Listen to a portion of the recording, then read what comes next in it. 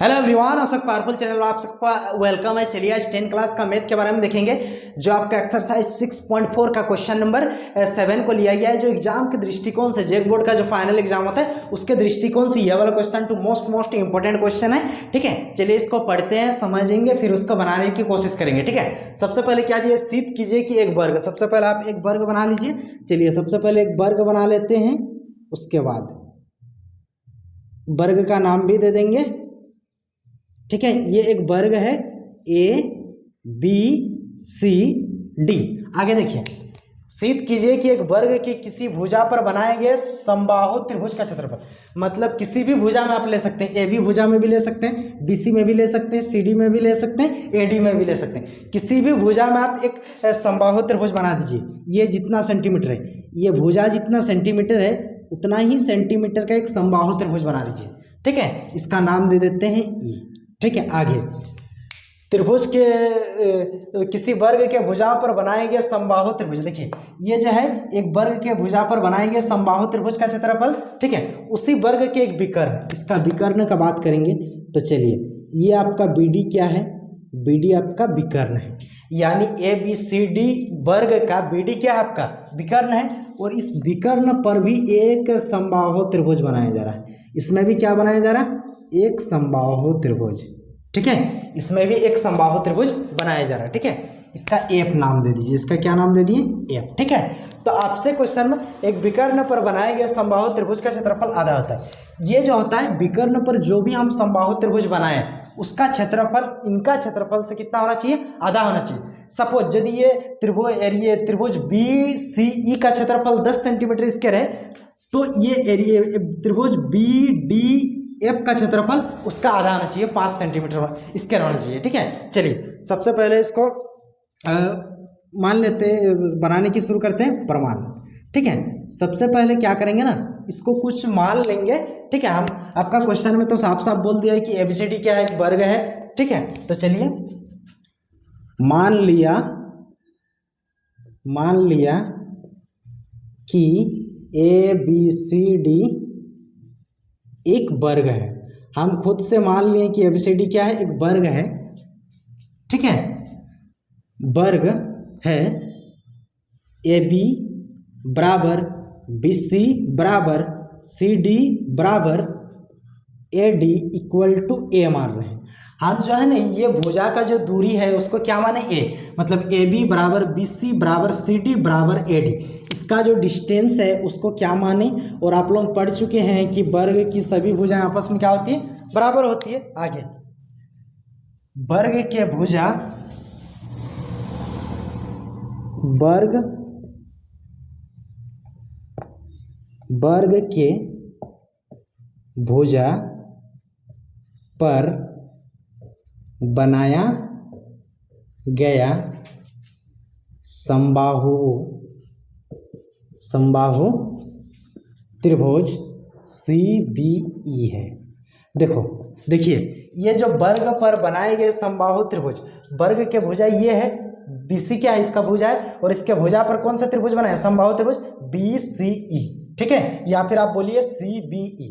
ठीक है, उसको देखिए यहाँ पे क्या हो रहा है ना, जब हम BC की लंबाई क्या माने, A है, तो इसका मतलब ये भी आपका A होगा, ये भी A होगा। मतलब तीनों भुजा आपस में क्या होता है, बराबर होता है। तो चलिए इनका क्या, यानी BE बराबर BC बराबर CE इक्वल टू A माने तथा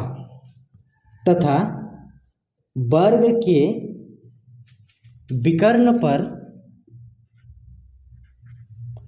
विकर्ण पर बनाया गया समबाहु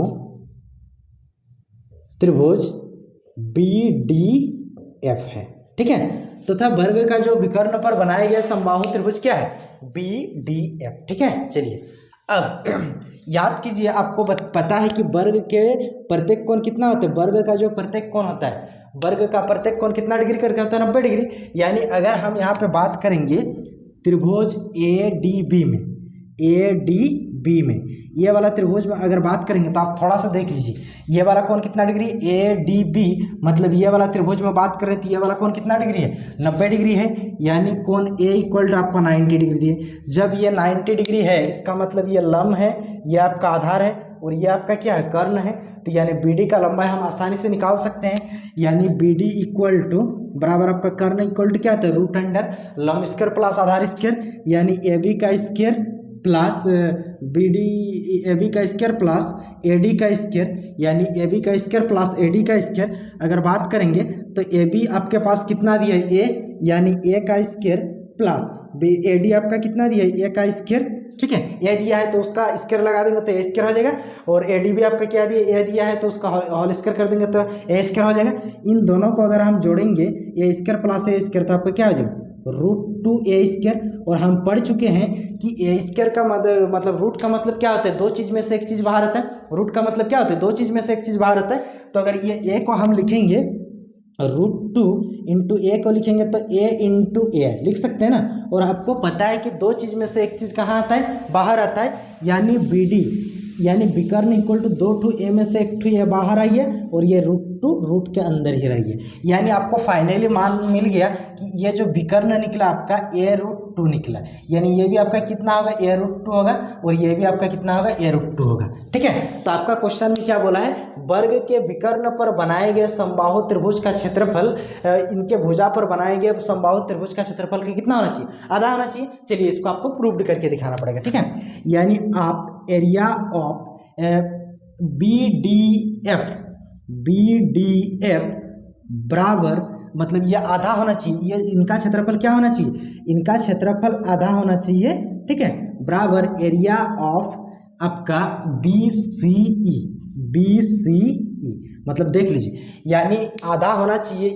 ये वाला जो त्रिभुज समबाहु त्रिभुज है इसका क्षेत्रफल आधा होना चाहिए, तो आधा लिखे हैं area of B D F, ये वाला समबाहु त्रिभुज का क्षेत्रफल आधा होना चाहिए इनका क्षेत्रफल से, एरिया ऑफ बी सी ई का, ठीक है। तो लिखिए, अब देखिए समबाहु त्रिभुज का क्षेत्रफल आप लोगों को पता ही होगा कि समबाहु त्रिभुज का क्षेत्रफल क्या होता है, √3/4 ए स्क्वायर क्या होता है, चलिए भर दीजिए, यानी 1/2 इंटू ये आपका क्या हो जाएगा, √3/4 ए स्क्वायर, और इनका भी क्षेत्रफल क्या होगा, √3/4 ए स्क्वायर का क्षेत्र, अच्छा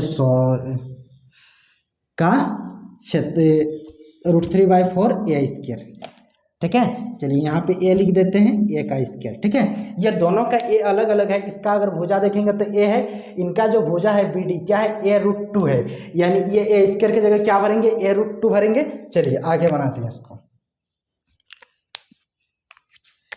यानी 1/2 इंटू √3/4, और इनका जो है ना बी डी एफ का जो भुजा दिया है कितना निकला, ए √2, तो इसके जगह क्या भरेंगे, ए √2 का होल स्क्वायर बराबर, अगर बात करेंगे तो इधर तो वही चीज़ है √3/4 और ए के जगह ए है तो ये क्या हो जाएगा आपका ए स्क्वायर ही हो जाएगा। चलिए आगे 1/2 इंटू √3/4, ए को जब ए इंटू ए का होल स्क्वायर करेंगे तो आपका क्या हो जाएगा, ए स्क्वायर हो जाएगा, √2 इंटू √2 तो क्या हो जाएगा आपका √4 का हम रूट के अंदर 2 इंटू 2 लिख सकते हैं, 2 टू 2 में से 1 टू 2 बाहर आ जाएगा, यानी आपका कितना बाहर आया, 2, ठीक है, बराबर ये √3/4 ए स्क्वायर, ठीक है।